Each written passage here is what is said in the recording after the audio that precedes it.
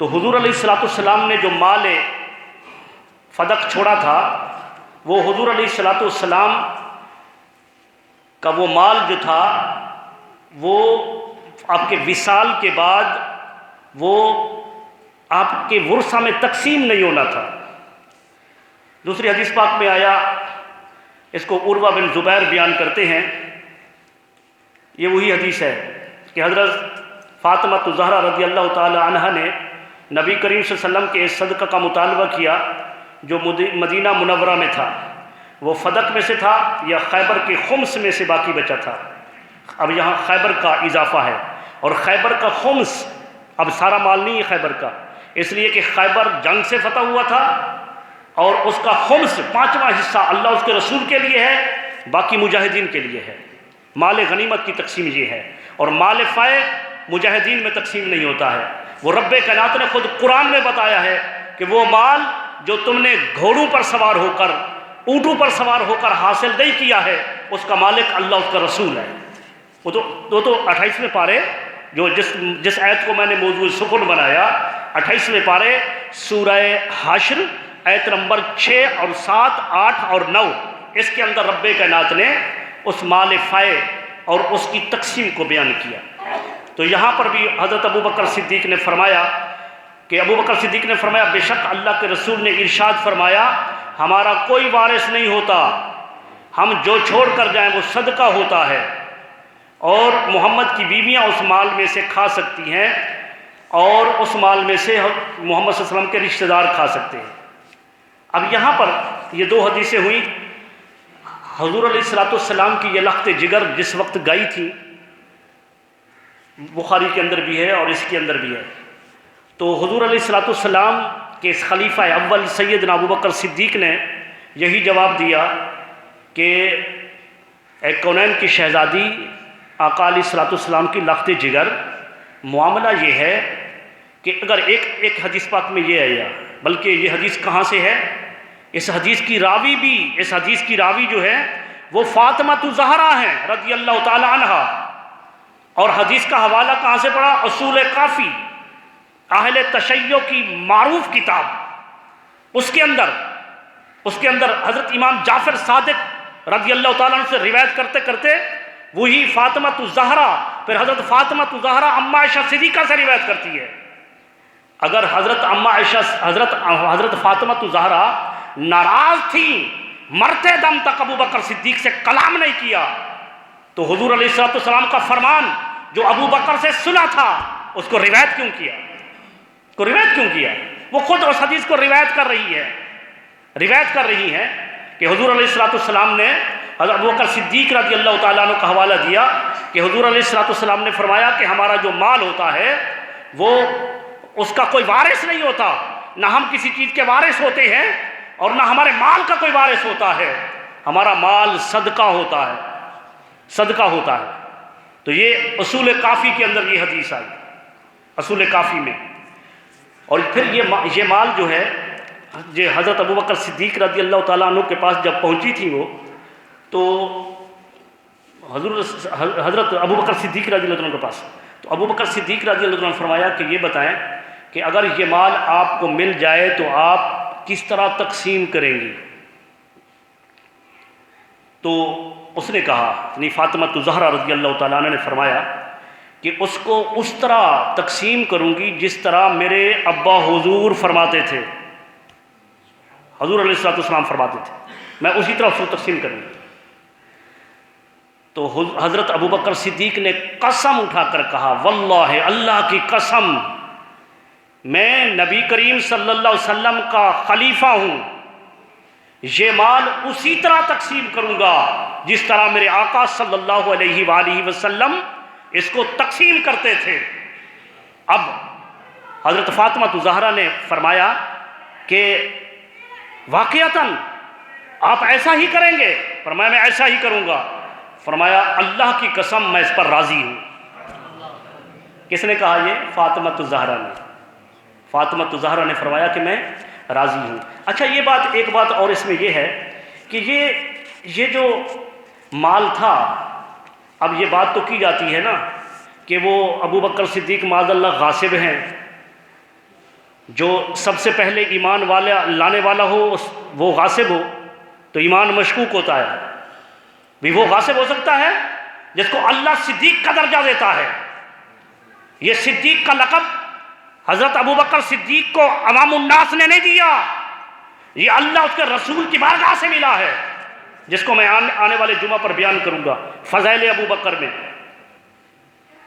تو حضرت سیدنا ابوبکر صدیق نے تو چلو مال نہیں دیا، عمر فاروق نے بھی نہیں دیا، عثمان غنی نے بھی نہیں دیا، اور یہ کہتے ہیں کہ حضرت علی بھی خفا تھے. تو جب حضرت علی چوتھے خلیفہ بنے انہوں نے مال فدق کو اپنے قبضے میں کیوں نہیں لیا؟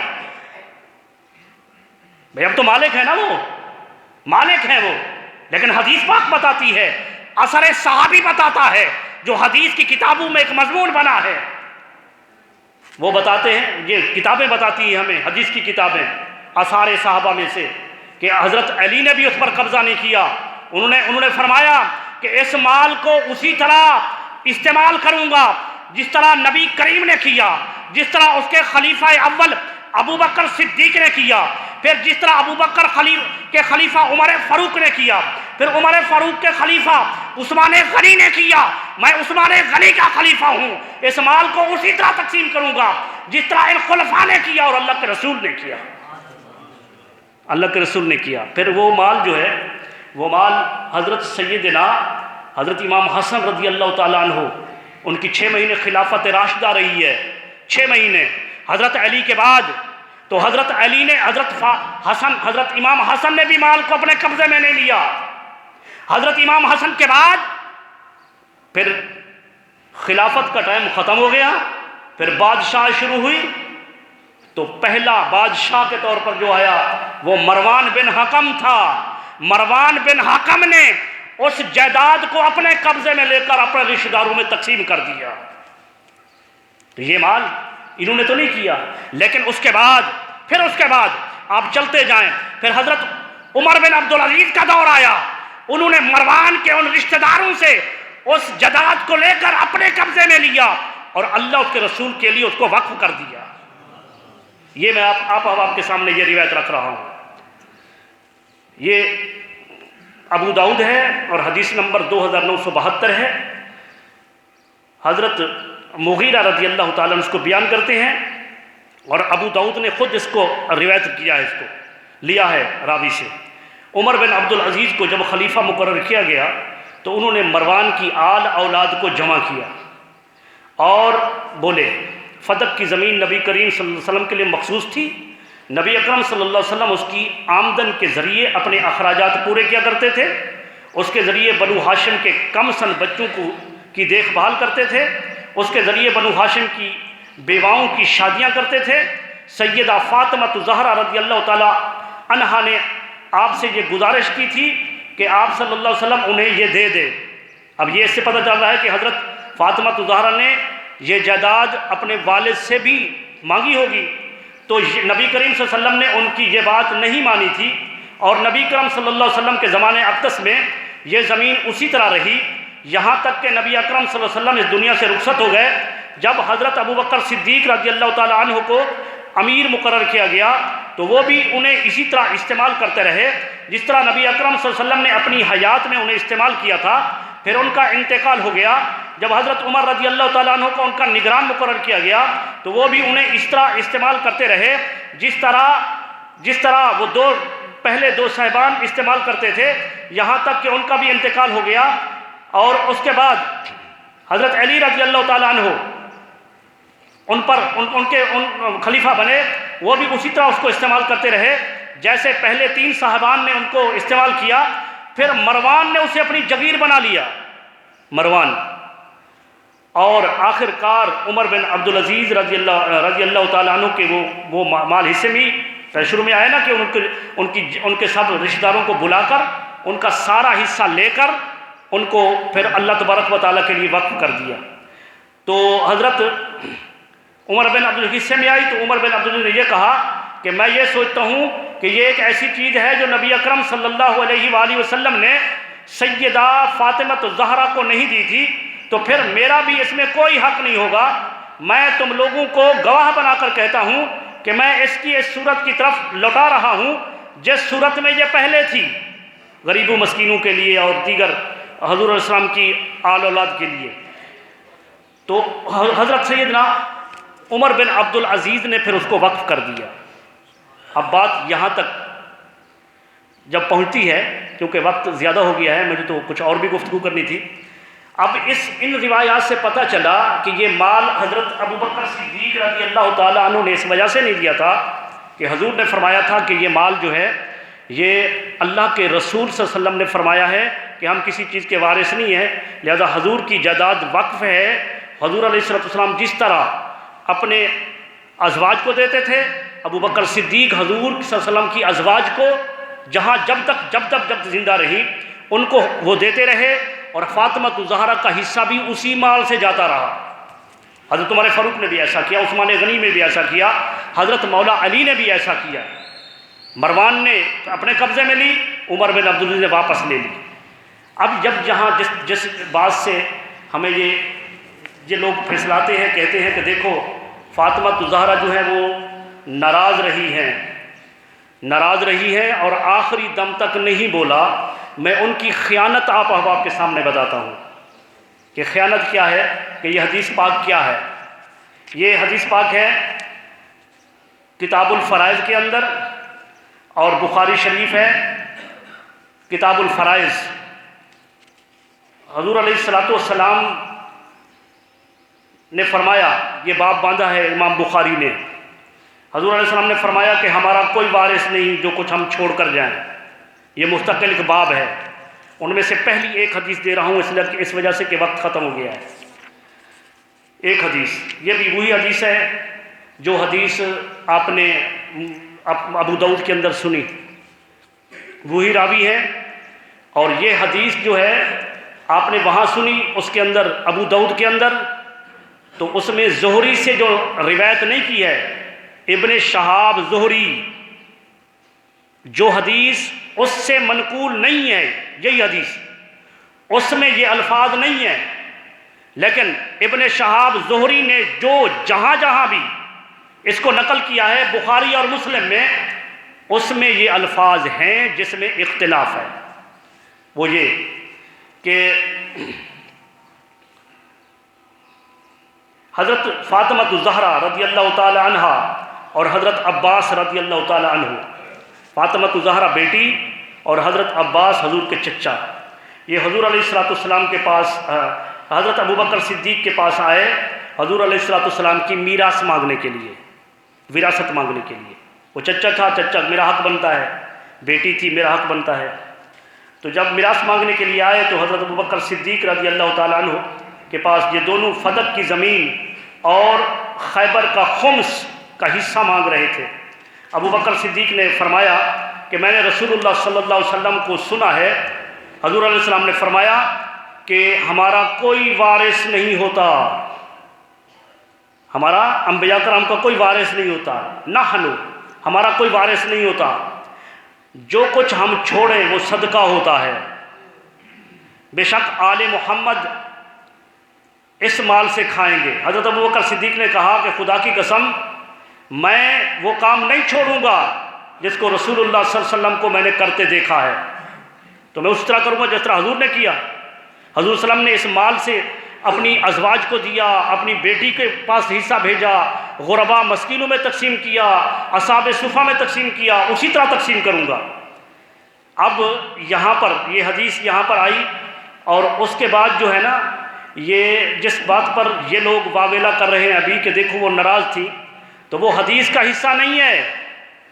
آگے امام بخاری نے اس کو روایت کیا اور فرمایا راوی کا بیان ہے کہ حضرت فاطمہ نے اسے ترک تعلق کر لیا۔ حضرت فاطمہ نے، راوی کا بیان ہے کہ حضرت فاطمہ نے ابوبکر صدیق سے ترک تعلق کر لیا اور آخری وقت تک کلام نہیں کیا۔ تو یہ راوی کا بیان یہ ہے، حدیث پاک میں نہیں ہے۔ اور ہم کہتے ہیں کہ ہم راوی کے بیان کو نہیں مانتے۔ جس مقام پر ابوبکر صدیق، حضرت علی، حضرت انس، دیگر صحابہ کرام کے درجنوں حدیثیں موجود ہیں کہ فاطمہ الزہرا راضی ہو گئی تھی تو اس مقام پر ہم راوی کو کیوں مانیں کہ راوی کہتا ہے کہ فاطمہ زہرا ناراض ہو گئی تھی؟ بھی ایک طرف راوی کا اپنا قول ہے، ایک طرف راوی کا اپنا قول ہے، دوسری طرف حضور کی حدیث ہے، صحابہ کرام ہیں، صحابہ کرام خود بیان کر رہے ہیں، تو ہم صحابہ کرام کی مانیں گے یا راوی کی بات مانیں گے؟ راوی نے کہیں سے سن لیا ہوگا، امام بخاری نے دیانت کے ساتھ ابن شہاب زہری کی اس روایت کو نقل کر دیا، یہ اپنی مقام پر درست ہے، لیکن بات راوی کی ہے۔ ہم نے تو صرف قیاس کرنے پر اما عائشہ صدیقہ کی ایک بات کو اس وقت ہم نے انکار کر دیا جب وہ بات صحابہ کرام نے حضور سے سن کر بیان کی۔ ہم نے ایک مقام پر، ہم نے اہل سنت و جماعت کی بات کر رہا ہوں کہ ہم نے اس بات کو، یعنی حضرت اما عائشہ صدیقہ نے ایک مقام پر فرمایا کہ جس نے کہا کہ نبی کریم صلی اللہ علیہ وسلم نے اللہ کو دیکھا ہے، اس نے نبی کریم پر بہتان باندھا ہے۔ ہم نے اپنی ماں ام المومنین حضرت اما عائشہ صدیقہ کی بات کا انکار کر دیا۔ کیوں؟ اس وجہ سے کہ ادھر صحابہ کرام نے کہا کہ ہم نے حضور کی زبانی سنا، رأیت ربی فی احسن صورت، میں نے آسن طریقے سے خوبصورت انداز کے اندر، خوبصورت شکل کے اندر رب کو دیکھا ہے۔ تو ہم قیاس پر کیوں جائیں؟ جس طرف ایک طرف حضور کی حدیث ہو، دوسری طرف کسی کا اپنا قیاس ہو، ہم قیاس کو نہیں مانتے، ہم حضور کی حدیث کو مانتے ہیں، حضور کی حدیث کو مانتے ہیں۔ اور دوسری بات یہ ہے کہ یہ سب کچھ ٹیلی ویژن انٹرنیشنل میڈیا پر بیٹھ کر یہ بات کر دینا، ارے یہ موضوع ہی نہیں تھا، تو یہ سوچی سمجھی ایک سازش ہے، سوچی سمجھی سازش ہے۔ اور میں یہ بات اس میڈیا کے حوالے سے، اس میں بھی لوگ سنتے ہیں اور آگے شیئر کرتے ہیں، یہ بات بتانا چاہتا ہوں کہ یہ بات صرف ابوبکر صدیق رضی اللہ تعالیٰ عنہ کی عدالت پر اعتراض کرنا نہیں، بلکہ آج کل کی عدالت جو چھوٹی چھوٹی باتوں پر نوٹس لے لیتی ہے کہ اس نے توہین عدالت کی ہے۔ میں پوچھنا چاہتا ہوں اس عدالتوں سے، اگر اس وکیل خاتون نے میڈیا پر بیٹھ کر باتیں، تو مجھے بھی دل کھول رہا ہے، کرنی آتی ہے، لیکن ہم ایک اچھے انداز والے آدمی ہیں، اچھے طریقے سے گفتگو کر سکتے ہیں، ہم کسی کو گالم گلوچ نہیں کرتے۔ بس یہ بتانا چاہتا ہوں کہ جب اس نے یہ کہا کہ اب میں لوگوں کو بتاتی ہوں کہ تمہیں عدالت سے کبھی انصاف نہیں ملے گا، تو بتاؤ آج کل کے ججوں، کیا آج کل تم انصاف دے رہے ہو یا نہیں دے رہے ہو؟ آج کل کے جج وہ سوچیں کہ یہ توہین عدالت اب بھی بنتا ہے یا نہیں۔ یہ عدالت صدیقیت پر تو بہت بڑی بات ہے ہی صحیح، یہ سوچی سمجھی سازش مسلمانوں کو لڑانے کے لیے، ایک بات جو ٹیلی ویژن کے اینکر یا وہاں پر بیان دینے والے ایسے لوگوں کو ایک بہت ذرے کثیر دے کر اس بات پر آمادہ کیا جاتا ہے تاکہ ایسا شوشہ چھوڑا جائے جس میں یہ مسلمان جو آپس کے اندر شیر و شکر صحیح طریقے سے اخلاقی طور پر زندگی گزار رہے ہیں، اس بات پر ان کو آگ بگولا کر دیا جائے۔ تو یہ بات جب کوئی کرتا ہے تو کیا یہ پیچھے کوئی ہاتھ ہوتا ہے یا نہیں ہوتا ہے؟ ضرور کوئی ہاتھ ہوتا ہے۔ اللہ تبارک و تعالی ہمیں ان سازشوں سے محفوظ فرمائے۔ اور میں نے یہ اختصار کے ساتھ بیان کیا، تفصیل سے گفتگو کرنا چاہتا تھا کہ یہ حق ہی نہیں بنتا تھا، اور حضرت فاطمہ زہرا ان سے راضی تھی۔ اللہ تبارک و تعالی ہمیں عمل کی توفیق دے۔